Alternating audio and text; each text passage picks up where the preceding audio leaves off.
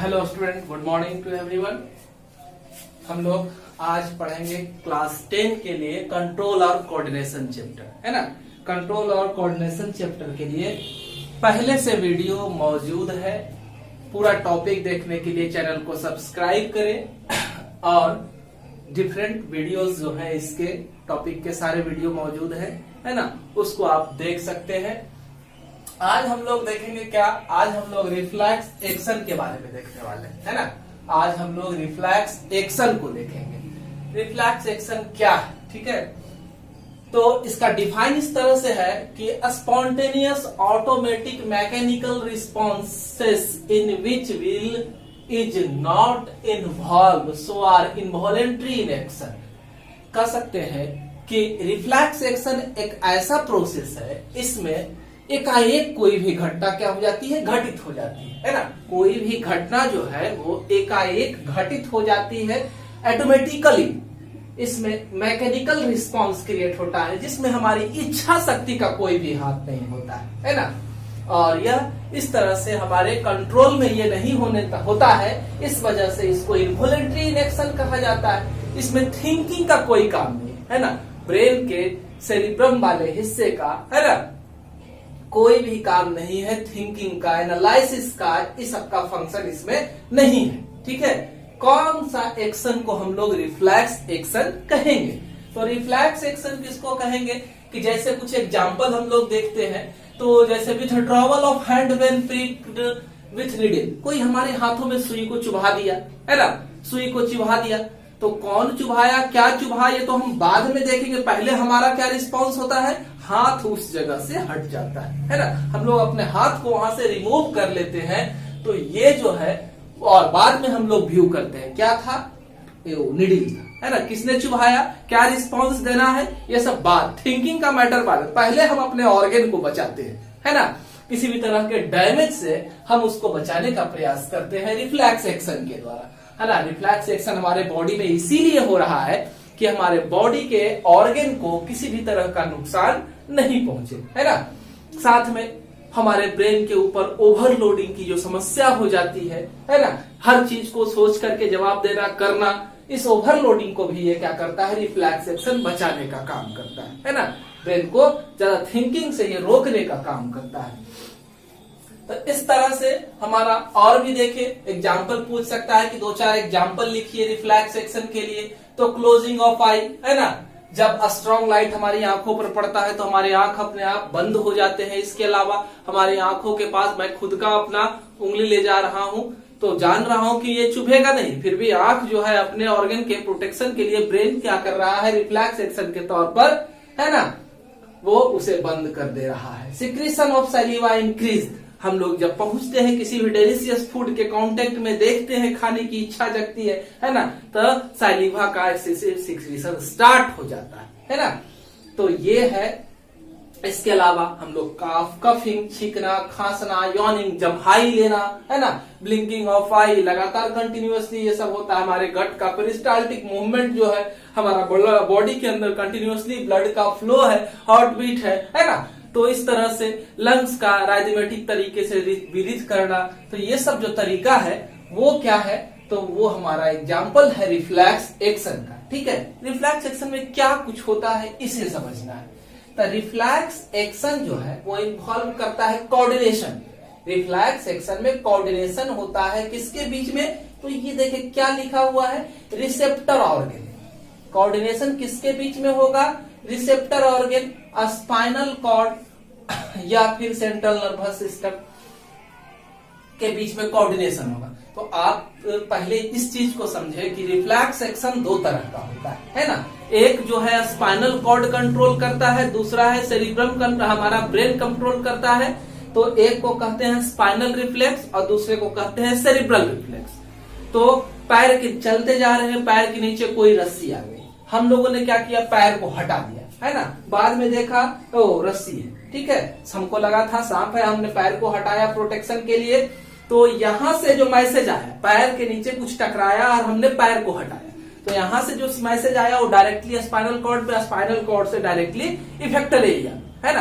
तो पहला जो था हमारा पैर, जो कि रस्सी के कांटेक्ट में आया था, वो रिसेप्टर ऑर्गन कहलाएगा। वो क्या कहलाएगा? रिसेप्टर। स्टिमुली को रिसेप्ट करने वाला, एक्सेप्ट करने वाला रिसेप्टर ऑर्गन हुआ।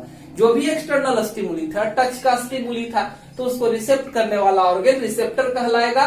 और फिर हमने क्या कर लिया? पैर को हटाया, तो पैर यहाँ पर इफेक्टर ऑर्गन की तरह बिहेव किया, है ना।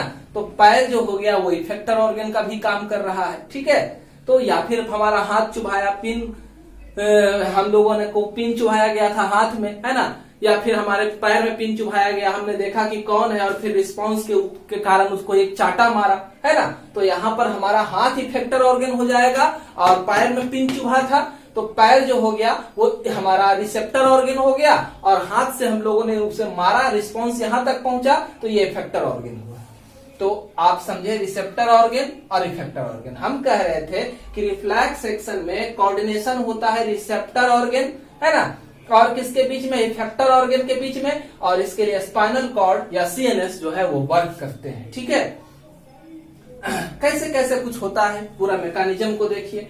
फर्स्ट जो है रिसेप्टर ऑर्गन जो है हमारा स्किन जो है वो किसी भी तरह के स्टिमुलस को रिसीव करने का काम करता है।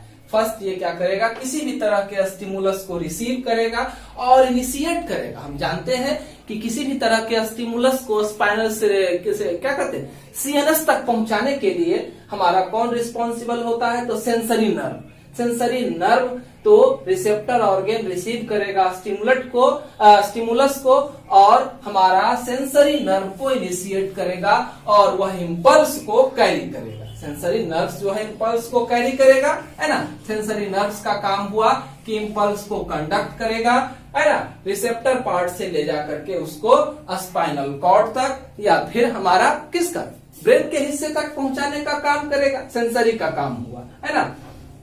रिफ्लेक्स एक्शन को पढ़ रहे हैं तो यह हमारे ब्रेन के हिस्से को, जो कि हमारे रिफ्लेक्स एक्शन को कंट्रोल करता है, वहां तक पहुंचाने का काम करेगा मैसेज को। फिर स्पाइनल कॉर्ड अगर है हमारा, तो स्पाइनल कॉर्ड से ही पैर वाला हिस्सा का कंट्रोल करना था, है ना। तो इस हिस्से के लिए क्या है? तो स्पाइनल कॉर्ड जो है वो एक्ट करेगा क्या? एक मॉड्यूलेटर की तरह कार्य करता है। ये किस तरह से काम करेगा? एक मॉड्यूलेटर की तरह काम करता है। ये क्या करता है? चेंज सेंसरी इंपल्सेस, है ना। ये तो क्या किया था? स्पाइनल कॉर्ड रिसीव किया सेंसरी नर्व से क्या? मैसेजेस को, और रिसीव करने के बाद वो क्या कर दिया? इस मैसेज को दे दिया किसको? मोटर को। हम जानते हैं कि मोटर जो है मैसेज को वहां से ट्रांसमिट करने का काम करता है, लाता है, किसको पहुंचाता है? मोटर। तो मोटर पहुंचाने का काम करता है इफेक्टर ऑर्गन तक मैसेज को। मोटर का काम क्या है? इफेक्टर ऑर्गन तक मैसेज को, स्टिमुलस को, इम्पल्स को पहुंचाने का काम करेगा, ठीक है। तो ये स्पाइनल कॉर्ड का फंक्शन हो गया। उसके बाद वही मोटर का लिखे हैं, कंडक्ट करेगा इम्पल्स को स्पाइनल कॉर्ड से लेकर के इफेक्टर ऑर्गन तक, है ना। ये मसल्स, ग्लैंड, कुछ भी हो सकता है, वहां तक ये इसको पहुंचाने का काम करेगा, ठीक है। एक है रिफ्लेक्स आर्क, किसे कहते हैं? रिफ्लेक्स आर्क किसको कहा जाता है? तो pathway followed by an impulse, है ना। इम्पल्स जिस रास्ते से होकर के गुजरता है, रिसेप्टर से चल करके इफेक्टर ऑर्गन तक पहुंचता है, उस पूरे पाथवे को क्या कहते हैं? रिफ्लेक्स आर्क कहते हैं। किसको? तो इम्पल्स जो है ना, जैसे कि यहाँ पिन चुभाए हैं, है ना, ये हमारा पैर है, हाथ है, कुछ भी है, तो यहाँ पर नर्व एंडिंग हमारा मौजूद है। तो ये जो है हमारा रिसेप्टर ऑर्गन हो गया। रिसेप्टर ऑर्गन ने क्या किया? मैसेज को लिया, मैसेज को रिसेप्टर ऑर्गन ने सेंसरी नर्व्स को ट्रांसफर कर दिया। सेंसरी नर्व ने इसको ले जा करके दे दिया स्पाइनल कॉर्ड को या सेरिब्रम को। तो वहां पर जो है सेरिब्रम या स्पाइनल कॉर्ड के पास कुछ ऐसे नर्व्स होते हैं जो दोनों तरह के फंक्शन को करते हैं। वो मैसेज को लाने, है ना, यानी कि सेंसरी और मोटर दोनों का काम करते हैं। उस तरह के नर्व फाइबर को क्या कहते हैं? मिक्स नर्व फाइबर कहते हैं। तो ये सेंसरी का सारा इम्पल्स जो है वो पहुंच जाएगा कहाँ? मिक्स तक। अब मिक्स जो है इसको ट्रांसफर करने का काम करेगा मोटर को, और मोटर उसको पहुंचाएगा कहाँ? तो इफेक्टर ऑर्गन तक पहुंचाने का काम करेगा। ये इफेक्टर ऑर्गन है। तो कह सकते हैं कि कहां से? रिसेप्टर ऑर्गन से इफेक्टर ऑर्गन तक का जो पाथवे है वही रिफ्लेक्स आर्क कहलाता है। कहां से कहां तक? तो रिसेप्टर ऑर्गन, है ना, जो मैसेज को रिसीव किया था, पिन चुभा रहे हैं, है ना, इस एरिया को पिन चुभा रहे हैं, ये, है ना, इस एरिया को पिन चुभा रहे हैं, एक पिन हम चुभा रहे हैं इसको, ठीक है।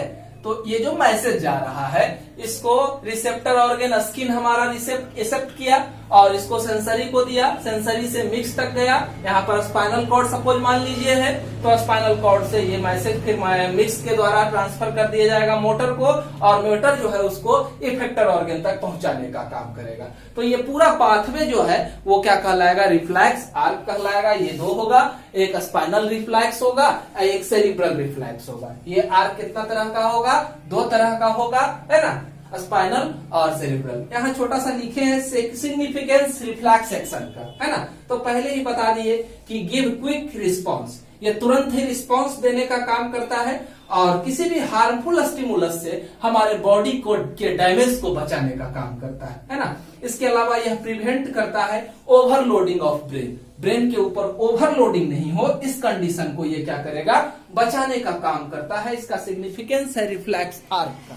अब हम लोग रिफ्लेक्स एक्शन के अगले टॉपिक के बारे में देखेंगे कि how does the nerve tissue cause action. आखिर नर्व टिश्यू हमारे नर्व फाइबर्स जो है हमारे बॉडी के अंदर एक्शन कैसे काउज करते हैं, है ना।